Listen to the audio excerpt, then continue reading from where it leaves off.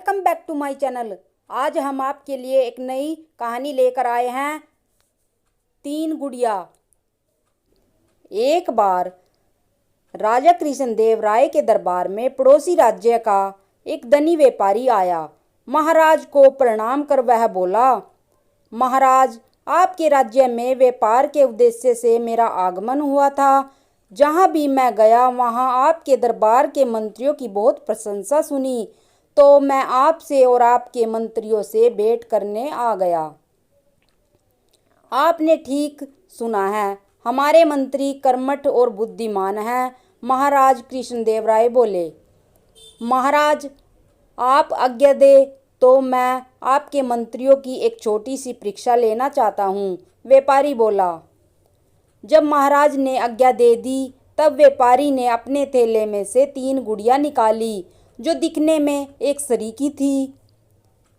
उन्हें महाराज को देते हुए वह बोला, महाराज, ये तीनों गुड़िया दिखने में एक जैसी हैं, लेकिन इन सब में एक एक अंतर है। आपके मंत्रियों को वही अंतर पता लगाना है। मैं 30 दिनों के उपरांत पुनः दरबार में उपस्थित होऊंगा।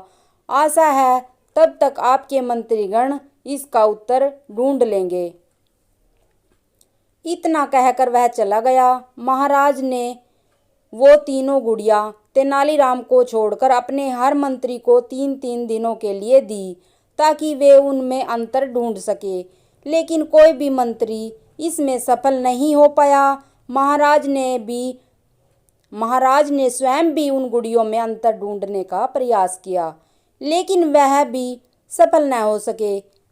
ऐसे में उन्हें चिंता सताने लगी कि यदि व्यापारी वापस आया और उसे पता लगा कि हमारा कोई भी मंत्री उसके प्रश्न का उत्तर नहीं ढूंढ पाया है, तो ये राज्य के मंत्रियों के साथ साथ पूरे राज्य के लिए लज्जा की बात होगी। व्यापारी के आने में मात्र 3 दिन ही शेष रह गए थे। अब महाराज के पास अपने सबसे विश्वास पात्र तेनालीराम को बुलाने के अलावा कोई चारा शेष न था। उन्होंने तेनालीराम को बुलाया और उसे वह तीनों गुड़िया देते हुए बोले, तेनालीराम, हमें लगा था कि व्यापारी की दी हुई इन 3 गुड़ियों में अंतर हमारे दरबार के मंत्री ही ढूंढ लेंगे, लेकिन ऐसा हो न सका। अब हम भी इसमें सफल न हो सके।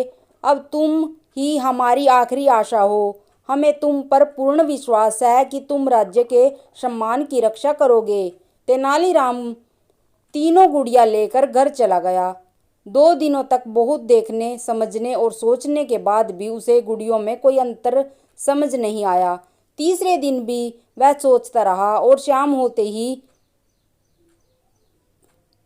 होते तक उसने वह अंतर ढूंढ लिया। रात में वह आराम से सो गया और अगले दिन नियत समय पर दरबार पहुंच गया। वहां महाराज कृष्णदेव राय और सारे दरबारी उपस्थित थे, साथ ही पड़ोसी राज्य का व्यापारी भी। महाराज बोले, तेनालीराम, व्यापारी महस्य को तीनों गुड़ियों का अंतर बताओ। तेनालीराम अपने स्थान से उठ खड़ा हुआ और कहने लगा, महाराज, ये तीनों गुड़िया दिखने में एक जैसी हैं, लेकिन इन सब में एक अंतर है जो इन्हें एक दूसरे से अलग करती है। पहली गुड़िया के एक कान में मुंह में छेद है, दूसरी गुड़िया के दोनों कानों में छेद है, तीसरी गुड़िया के बस एक कान में छेद है। बिल्कुल सही बोले तेनालीराम, लेकिन ये भी बताओ कि इन छेदों का अर्थ क्या है। व्यापारी बोल पड़ा। तेनालीराम ने सेवक से कहकर 3 पतले तार मंगवाए। पहला तार पहली गुड़िया के कान के छेद में डाला, वह मुंह के छेद से बाहर आ गया। सबको यह दिखाते हुए तेनालीराम बोला, गुड़िया है जिसके एक कान और मुंह में छेद है, ऐसे व्यक्ति को दर्शाती है जिसे कोई गुप्त बात बताने पर वह उसे गुप्त न रखकर दूसरों को बता देता है। ऐसे व्यक्ति पर विश्वास नहीं किया जा सकता। फिर उसने दूसरी गुड़िया के कान के छेद में तार डाला। वह तार दूसरे कान के छेद से बाहर निकल आया। वह बोला, यह दूसरी गुड़िया जिसके दोनों कान में छेद है, ऐसे व्यक्ति को दर्शाती है जो किसी भी बात को एक कान से सुनता है और दूसरे से निकाल देता है। ऐसा व्यक्ति आपकी किसी बात को कोई महत्व नहीं देता। फिर उसने तीसरी गुड़िया के कान में तार डाला। वह तार उसके अंदर ही रहा। यह दिखाकर तेनालीराम बोला, यह तीसरी गुड़िया है, ऐसे व्यक्ति को दर्शाती है जो किसी भी गुप्त बात को अपने हृदय में छुपा कर रखता है। ऐसे व्यक्ति पर पूर्ण विश्वास किया जा सकता है। तेनालीराम का उत्तर सुनकर महाराज और व्यापारी प्रसन्न हो गए। उन्होंने उसकी बुद्धिमानी की दिल खोलकर प्रशंसा की और पुरस्कार भी दिए।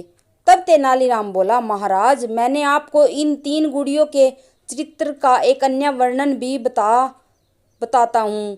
पहली गुड़िया ऐसे व्यक्ति को दर्शाती है जो स्वयं ज्ञान प्राप्त कर वह ज्ञान दूसरों में बांटता है। दूसरी गुड़िया ऐसे व्यक्ति को दर्शाती है जो ज्ञान की बात भी कभी ध्यान से नहीं सुनता। तीसरी गुड़िया ऐसे व्यक्ति को दर्शाती है जो स्वयं तो ज्ञान प्राप्त कर लेता है लेकिन वह ज्ञान अपने भीतर ही छुपा कर रखता है और कभी दूसरों को नहीं बताता। यह वर्णन सुनकर व्यापारी कहता है, तेनालीराम, तुम्हारे बारे में जितना सुना था तुम उससे भी कहीं अधिक बुद्धिमान हो।